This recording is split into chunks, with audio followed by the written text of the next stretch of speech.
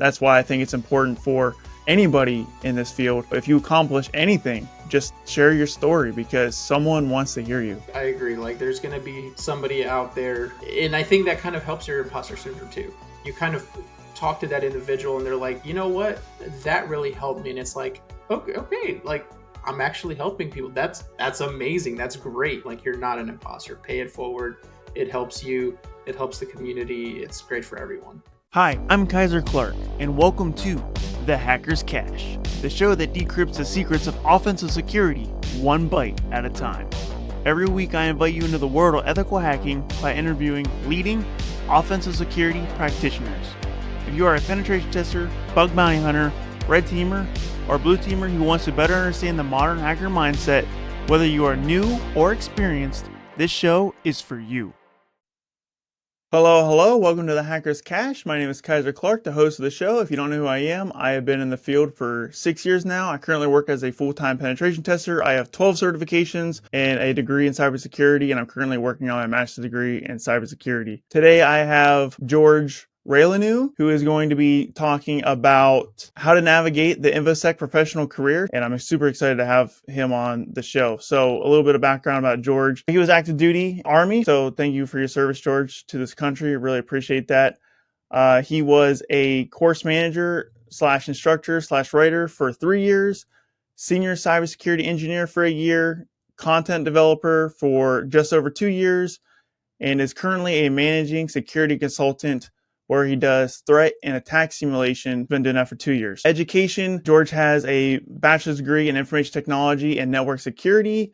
And for certifications, George has OSCP, the GX Certified Incident Handler, that's the GCIH, GPEN, the GX Certified Intrusion Analyst, GCIA, Microsoft Certified Azure Administrator Associate, CH, Network Plus, and Security Plus. So George, go ahead and unpack your experience and give us a little more background on your journey into cybersecurity and introduce yourself to the audience. Hey, how's it going? My name is George. Very humbled to be here and part of the show.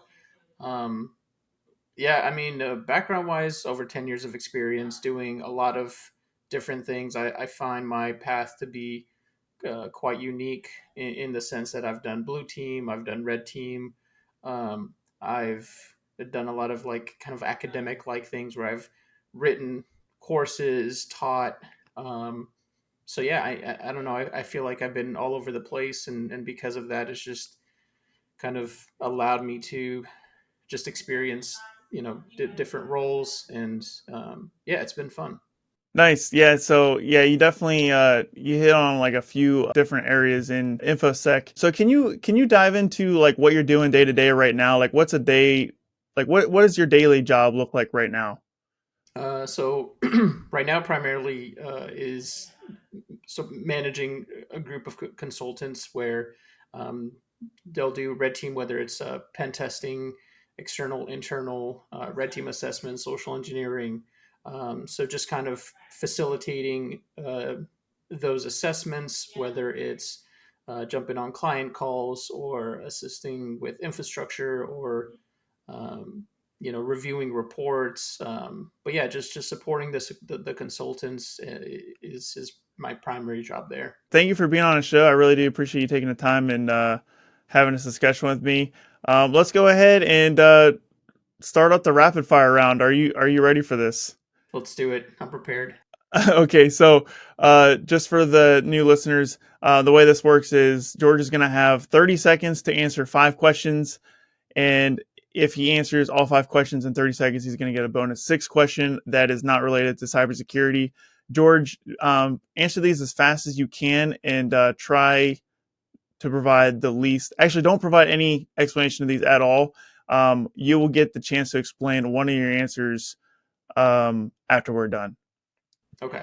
Let me pull out my stopwatch here. And yeah, these are no pressure at all. These are I some feel actually all the one of pressure. these is kind of hard. One of these is kind of hard. Um, so if you want to pass and come back to it later, feel free to do that. But try to just say the first thing that comes to your mind. Okay. Okay, are you ready? Yes. Your time will start when I stop asking the first question. Here we go. Are cybersecurity boot camps worth it? No. Most useful certification for offensive security professionals. Uh, the TCM, Most exciting part of your job. the people. Greatest hacker of all time. Zero cool. Most underrated cybersecurity tool. Um, Nessus. That was exactly 30 seconds. It was 30.5, but we're over the internet. So with latency, I'm going to give it to you. All right. So you're actually the second person to do it. So congratulations. And let's go ahead and let's do the bonus question. For this, you can provide a light explanation if you want, or no explanation. It's up to you. But yeah, this is the unrelated cybersecurity. So here it is. Would you rather fight one horse-sized duck or 100 duck-sized horses? Let's see. One horse-sized duck or 100 duck-sized horses. One horse-sized duck. Okay. Yeah, this one's a hard one for me. I don't know what I would do, but I'm not the guest, so I don't have to answer. I feel uh, like one v one is a little bit easier to focus. I'm pretty big into like strategy, so I feel like if I can. Plus, I'm a gamer, so if I can kind of like dodge enough attacks and understand the mechanics, I can probably beat them a little easier. I love that game where I can just dodge attacks and strategize. Nice. Um, so let's go ahead. I think your most interesting answer was the most underrated cybersecurity tool. You said Nessus, and I'm not even kidding when I say this today. I was actually complaining about Nessus today, in my data job. So the reason why I was complaining is because Nessus, to me, sure, it finds a lot of low hanging fruit, but it has a lot of false positives, and it also tells me things like that are, concerns that really aren't concerns. So I'm curious on why you say that Nessus is the most underrated cybersecurity tool. So I think I maybe have misunderstood that question the other way. Oh, so you're saying Nessus is the most overrated cybersecurity tool? Correct. Oh, that's perfect. That just aligns with my opinion. So let's just talk about that then.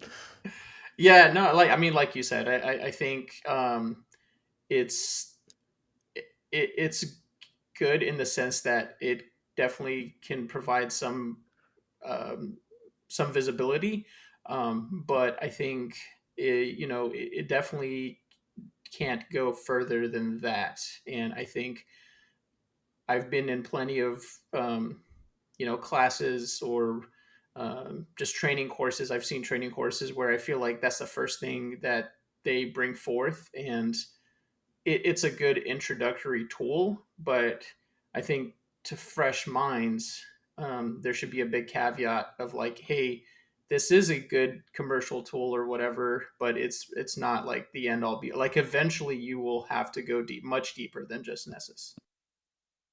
Right, yeah, totally agree. Like I said, it has a lot of false positives, so everything it tells you, you have to confirm it.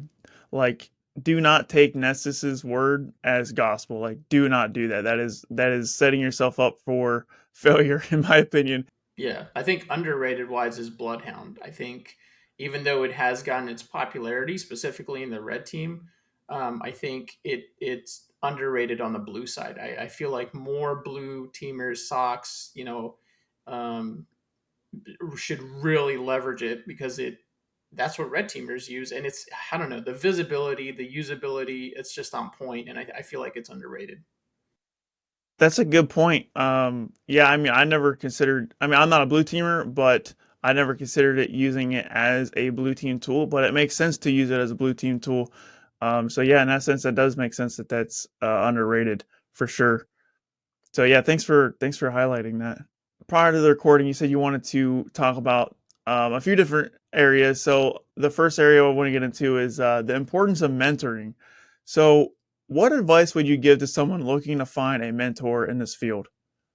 So I feel like mentoring is a major stepping stone. Not even a stepping stone like you like cross it, but it's I feel like it's the foundation into the career, regardless of what level you're at, whether you're a person that's just starting or you've been in the field 10, 15, 20 years. I feel like there's always somebody there with more experience, more insight, just different perspective. It doesn't even have to be more, even different perspective. An individual that's just done something different can really be a mentor. But to me, it's they can help provide clarity, help provide direction, support. I feel like sometimes you kind of, your head down, you're working on things, and you know you might you might move forward and solve some kind of problem or coding problem or find a bug or whatever, but internally you sometimes I feel like you just kind of like overlook it in this not overlook it in the sense of like there isn't enough recognition. And I feel like with a mentor, one of those things is like they can bring a lot of positivity, and in addition to everything else, you kind of talk to them and be like, yeah, I've done this and this, and they could really bring to light and be like, oh, hold on, you did what now? And it's like, I've done this, and it's like, yeah, in the grand scheme of things, it may not be, you maybe didn't find a CVE, but for where you're at, it's a big deal, and you don't have that kind of like understanding. You know what I mean? You don't have that level of like wisdom, but for a mentor, that is like, hey man, this is a big deal for where you're at. Like, you should be really proud of what you've done. So I think that's a really big piece on top of um, like identifying the path that you want to take. How would someone who is brand new to the field, or even someone who's been in the field for a little bit of time, who doesn't have a mentor, who's looking for one, how do you go about finding a mentor? So it's difficult because I feel like a lot of people in our field are introverts, and so by nature, to find that mentor, you have to talk to people. Being an introvert, you don't want to talk to people, but you'd be surprised.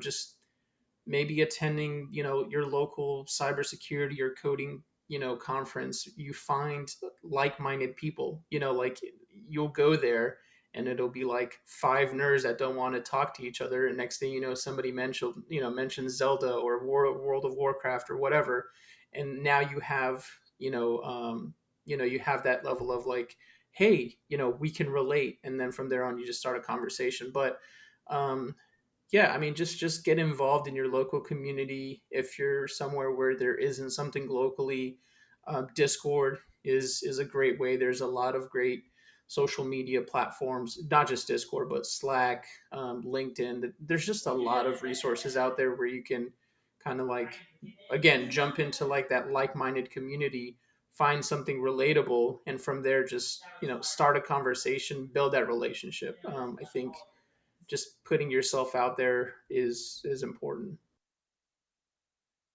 Right. Yeah, I totally agree. I mean, there's a lot of people that I'm connected with that I will reach out to for advice, but I wouldn't say that I have like one mentor, I guess. So yeah, I just think it's kind of hard to like have like, like, oh, this is my de facto like mentor, that's something I struggle with myself too. And I probably should start finding more mentors for myself. Quick question. So are you mentoring people now or have mentored people in the past? You don't have to mention De- their names, but yeah, no, definitely. And I think sometimes people see mentoring as like, oh, this person, is 50 or 60 years old and has been in the field for 40 years, and it's like that's not always the case. Like you can find, like I mentor, people that are older than me, or or that have been in the field, but maybe like doing something different. Maybe they're new to red team or pen testing or offensive security, but in their previous job they've done something different, so that they have like life skills, but they don't necessarily know. how to navigate, the offensive security field. Yeah, the reason why I asked you that question is because I was gonna have you share a story, a memorable experience where you mentored someone and saw them grow. Do you have a story you'd like to share in that area? Yeah, yeah, for sure. So actually, there's a specific individual that comes to mind. I've actually, consider him my friend, but also a mentor, because we worked together in the army. We left the army at a similar time, and then we kind of like again worked together in another job. Um, so it my mentorship came in different areas. There was a time when he was kind of like, "Hey, I've done a lot of different things." So he had breadth. He was like, "I really don't know how to move forward from here. I've got some ideas." So we had a conversation back and forth. Again, it's providing that level of like clarity. Sometimes it takes kind of like another person to be like, ask the right questions. You know what I mean? Like, hey, where do you want to go? What are your ambitions? What makes you happy? Just like ask the right questions. So for me, providing that level of mentorship was helpful to him. Sometimes it was in providing connections, like, oh, hey, you want to do this, let me connect you with this person. And that's kind of, I think those two big things is how I've mentored this individual, that comes to mind. So you mentioned networking when you talked about finding a mentor, and there's definitely a ton of ways to network. Um, where should where should someone focus their efforts? What are some effective strategies for building a strong network in cybersecurity? I think just being genuine, just reaching out and just being like, "Hey, look, I noticed that you've got some certs, or you do this that I like." For example, like maybe you're into IoT, and you find an individual that you really look up to, or physical pen testing or whatever, and you find that individual and you're like, man, I really look up to this person. Just reach out to them, and you'd be surprised. Just let them know, like, hey, I really saw this. I was impressed. I'd really like to learn more. Can I pick your brain or whatever? And you'd be surprised by how effective that is. A lot of I mean, sometimes it doesn't work, right? People are different, but um, I would say more so than not, they will reach back out and just have a conversation. They've been there once, more than likely, so they again, it's like that relatable thing. It's like, hey, I want to get to where you're at. um, Chances are where they're at, they didn't get there by themselves. I'm not saying they're people aren't hardworking, but I feel like people that are successful, they had help at some point. So to me, most people want to kind of like,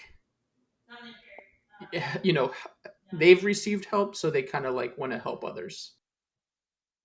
Right, yeah, that's my mentality too because, I started with nothing and that's one of the reasons why I'm doing this podcast. That's why I make the content that I do is because um I just want to take the information I have and disseminate it out there in the world and help other people. And people hit me up on LinkedIn all the time for advice, and I'll throw in my two cents.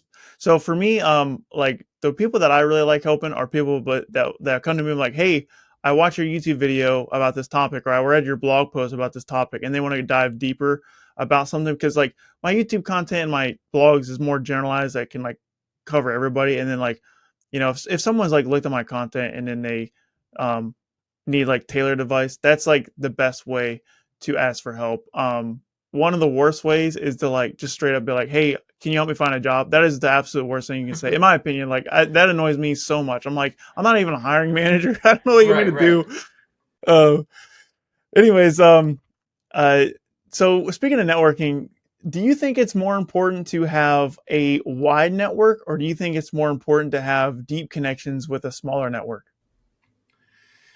um I think they both have their place in the world. I think as you continue in your career, you'll kind of identify what works best with your lifestyle, with your personality. But I think you should spend a little bit of time in both. I don't think you need to choose one or the other. I do think you need to choose one or the other in terms of like, which one you want to spend more of your time and what level that is. Again, comes down to like your personality. I think the benefits to having those deep relationships is, I mean, it just comes down to having other people in the field that you can kind of lean on, whether it's for just general support or like, for example, I reached out to a good friend of mine from the army. I was working on a technical problem, and I asked my peers at work. I asked Reddit. Like I did all sorts of things, and I was like, wait a minute, I know a guy that has over 20 years of experience. I've worked with him, and I just reached out to him, and he was able to get me in touch with somebody else that was able to assist me in in this technical problem.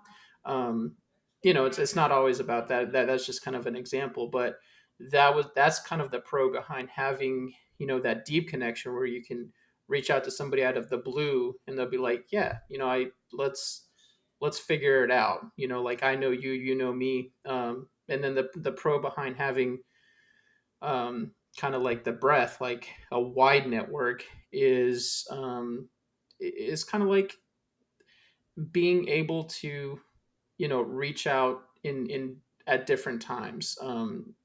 For example, maybe it is something that kind of like sprung up in your career right now. You're like, let's say for example, you've done offensive security, but you want to move more toward appsec. Or let's take it even a further back. Let's say you want to move into more of a managerial spot, right? You've surrounded yourself by a group of offensive security technicians, but now it's time to move on. If you've never kind of built that connection with like people that have been in in managerial positions, that might be a little bit difficult to lean on the current network that you have. Okay. Yeah, that's definitely good advice. So I'm gonna shift gears a little bit. I'm gonna talk about learning and career progression. So, with over 400 certifications, um, what is your approach to continuous learning in infosec? Yeah, so this is very near and dear to my heart. Like I said, I've been in the academic world, created content, created classes, I've taught, and it's crazy, man. I've counted those certificates myself because I was kind of curious. I was like, how many? Yeah, it's over 400 certificates. It's insane, and I think um, before I touch on that, I want to kind of go back to the whole mentoring networking.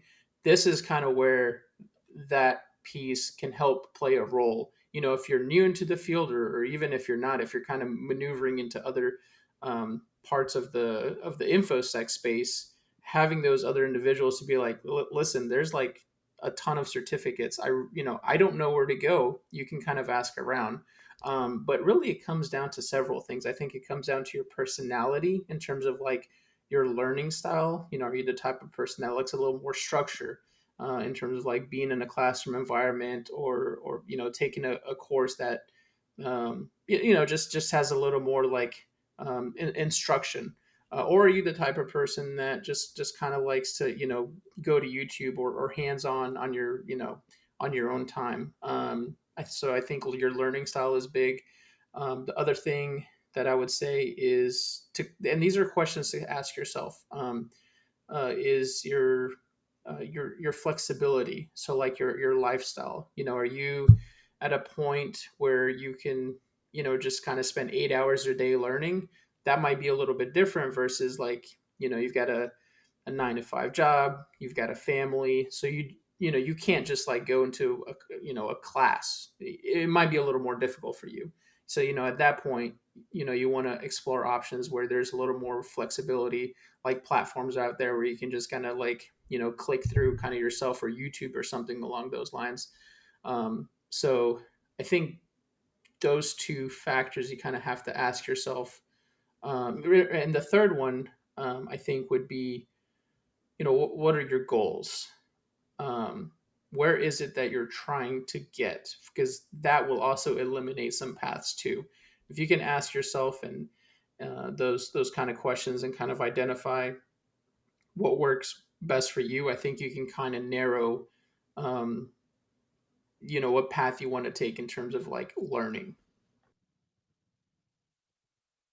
Okay, so like let's say there's someone out there who they know they want to be an infosec, but they don't know what career path they want to take. Like they're thinking about blue team, they're thinking about red team. They don't know if they want to be a security engineer, security analyst. They don't know if they want to be a pen tester, a bug bounty hunter. How, what kind of advice could you give them to like help them kind of figure out like where their end goal might be?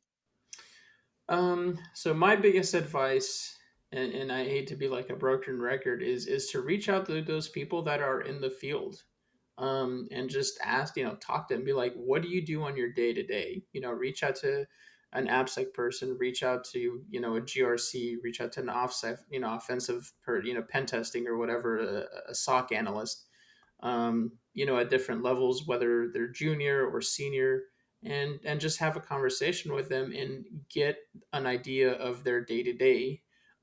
Because I think that insight right there can really help you determine, like, oh, you stare at alerts all day. That does not sound fun, or maybe it does sound fun, or like, oh, you get to, reverse engineer and code, and you look at code all day. It's like, great, that's for you. You know what I mean? So I think, because otherwise I feel like, you're running the risk of kind of like wasting some time. And there is, benefits in, learning mistakes, like yourself, like learning from your own mistakes. You know what I mean? But I just think there's so much out there, that you really want to leverage, that experience and that insight from other people, and have that conversation with them. So that would be my biggest advice.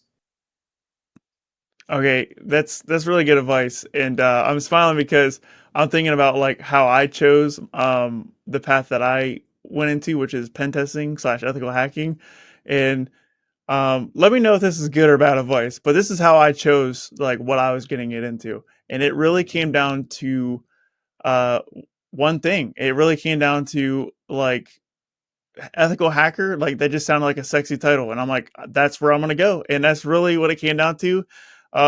Is that good advice or bad advice to just like go into a position like that? I mean, it, I will say that some people, they know what, kind of like what they want to do. You know what I mean? Like, I I don't want to say it's like good advice or bad advice, because everyone's journey is different. Um, I will say, to give you like the best level of success. Um, it's cool that it's working out for you, and I'm definitely happy. But I think if everyone kind of followed that mentality, they might, not always, like they might be like, oh man, that sounded sexy, but it's not for me. You know what I mean? Right, right, yeah. But yeah, no, I think, there's definitely some level of like, knowing yourself. So for me, I've always had this mentality of like breaking things. And before offensive security was a thing, I've just kind of tinkered with it myself. And then somebody kind of introduced me like to the world of offensive security. And I was like, holy moly, I don't care about anything else. I ended up doing incident response because I was in the army, which is kind of ironic. But and I had a good time, but I knew that my heart was in offensive security. It was taking things apart, breaking them. But for I feel like for many people, maybe you're not in that. Maybe you just don't know, or maybe you have an idea, but you're not 100% sure. For example, you do like, you're the type of person that likes to like be the detective, right? So this is kind of getting into that incident response. You're trying to identify where the bad guy is. Incident response is very stressful. You may not know that. You have to have kind of like the lifestyle to sometimes support that. You need to be on call, 24/7, or whatever the shift may be. And you need to be ready to just jump at the gun. But there's another path. There's forensics. You know what I mean? So similar, kind of like detective like skills. But if you don't know that, if you don't have that level of like insight, you may have chosen incident response when it's like, you know that may be too much for me, but I like the whole like forensic, like detective like, and forensics is the better kind of like. I'm not saying forensics isn't stressful, but you know what I mean. There's Right. yeah, Okay, so we're starting to get out of time, and I want to make sure we hit on this last topic that you are very fond of, which is mental health and personal satisfaction. So I want to kind of wrap up two questions in one here. So, yeah. what are some strategies to deal with imposter syndrome and burnout? So I think they're two a little bit different things. Burnout, I really think you need to find some hobbies that are away from technology. Um, and gaming does not count. I that hurts me because I'm a gamer. I do game a little bit, but go spend time with your family, go read, go outside. Whatever it may be. Even if you're, like the tinkering kind of person, maybe you, I don't know, you go play with some kind of like hardware, or 3D printer, you know what I mean, whatever, just kind of like find something that you can kind of, I don't know, de-stress that is a little bit different for from tech. To me, that's my biggest advice to kind of like burn out. The second big piece of that is um like check into yourself, at least once a week, and just kind of ask yourself, hey, how am I feeling, where am I at? Maybe this week was a busy week, so you really need to like take this weekend to really unload and unstress, because I think what happens for many of us, specifically in this profession, is that we're so passionate, we will literally work through 12 hours without eating because we like love what we do. So we will easily get burned out. And if you go through a day like that, that's why it's important to check in with yourself and be like, okay, how has today been? How has this week been? In terms of imposter syndrome, that's tough, man. I mean, even sometimes, even myself, sometimes I deal with that. But I think really that's where the mentorship comes in. I've done I particularly do my best because I realize that this is a problem, to recognize individuals, whether it's people working for me or within my team or other people that I talk to or I mentor. I identify, whatever they've done, and really I pull that out there and I say like, or I point it out and say like, hey, this is great work. Like, don't downplay what you've done. It doesn't help me, but I do talk to other people, and sometimes they kind of inadvertently kind of, like bring that to light, like, hey man, you've done a really great job. It's like, you know what, that was pretty cool, and that kind of helps me get out of that imposter syndrome sometimes.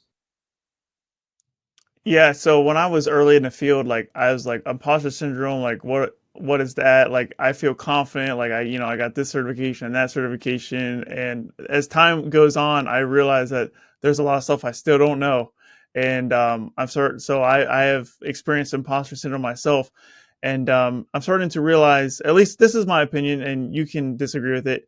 I'd like to like to talk about it though. Um, is having a little bit of imposter syndrome, is at least a little bit, is that kind of healthy, do you think? I think it yeah, you don't want to be the type of person where, and I have encountered these individuals where they think they know everything, right? They've been in the business for long enough and it's like everything is below them. So yeah, I think a little bit of humility is important. A little bit of like, hey, I'm the type of person that is going to continually learn, but know that you are not an imposter, right? So I think, I don't want to say that a little bit of imposter syndrome is good. I want to say that a little bit of humility is good, um, because you're not an imposter. You there's always going to be somebody better. I think you want to be very careful with comparing yourself to other people. You should have role models, but compare yourself to where you were a year ago, to compare yourself to where you were a month ago, because I think that's a better comparison. Seeing that progress kind of brings to light that you're not an imposter in this field where you're at. you are where you need to be, or maybe you're not 100% where you need to be, and that's okay. You've made some progress. Just keep at it. That's really good advice. And I'll just throw in like what I do to with my imposter syndrome because I'm pretty new in my current role. And one thing that I keep telling myself is I didn't lie on my resume. I didn't lie in any of the interviews. They hired me for a reason. They believe in me, and I got to believe in myself. And that gets me over the hump sometimes. Um, so that's what I use. I don't know if that's good for everybody, but that's something that I do. 100%. I think it works. Okay, so final question. I mean, I can't believe it's. I always say this every podcast episode. I'm like, man, I can't believe it's already been a half hour. Yeah, we're already done. That's I feel like we just Yeah, started. yeah, man. It goes quick, man. It goes quick because it's these are conversations are so fun. So final question: do you have any final additional cybersecurity hot takes or hidden wisdom you would like to share? So my hidden wisdom, which isn't really hidden or wise, but I think it's very, very important, and I think it's something that happens more often in our community compared. I don't think it happens in any other profession, but that's paying it forward. Um, the fact that there are so many kind of like open source, like things out there where you can. I feel like there's just so many people that just like create things to help other people is encouraging and infectious. And I think you really want to take that with you no matter at what level you are. You're going to get somewhere with the help of others. So pay it forward. Don't just hold on to that knowledge. You know what I mean? Help others like others have helped you. So to me, like that's the biggest advice is a year later, like let's say you just started a year later, find that person that just started. You were there a year ago and just encourage them. Whatever it is, be like, hey, this is what I learned this year. I'm passing this information on to you. Right. Yeah, and that's really good advice because one thing that I always say is like, the field's constantly changing. So um, the people who just did that thing, their advice is the most relevant in my opinion. So, for example, like we can take like passing a certification, for example. If you ask someone that passed a certification 10 years ago versus someone who just passed it, 2 months ago, you're going to get way more, you're going to get better advice from the person who just passed it 2 months ago. And Right. that's why I think it's important for anybody in this field. If you accomplish anything, just share your story because someone wants to hear you. Absolutely. Yeah. Yeah. I agree. Like there's going to be somebody out there, that is going to have some kind of similarity enough to where, and I think that kind of helps your imposter syndrome too. Yeah, you know what I mean. You kind of talk to that individual, and they're like, you know what, that really helped me, and it's like, okay, okay, like I'm actually helping people. That's amazing. That's great. You know what I mean? Like you're not an imposter. Pay it forward. It helps you. It helps the community. It's great for everyone. Right. All right, George. Where can the audience connect with you if they want to connect with you? 100%. Please connect with me on LinkedIn. I will. I'm very responsive on there. Like I said, I love to help people. I'm a busy person, so sometimes I may not respond immediately. But LinkedIn, that's the best way to connect with me. And LinkedIn is also the best way to connect with me for the audience. And you can also check out my website, kyserclark.com. And yeah, go ahead and drop some feedback for this episode. Let me know what you want to hear in future episodes.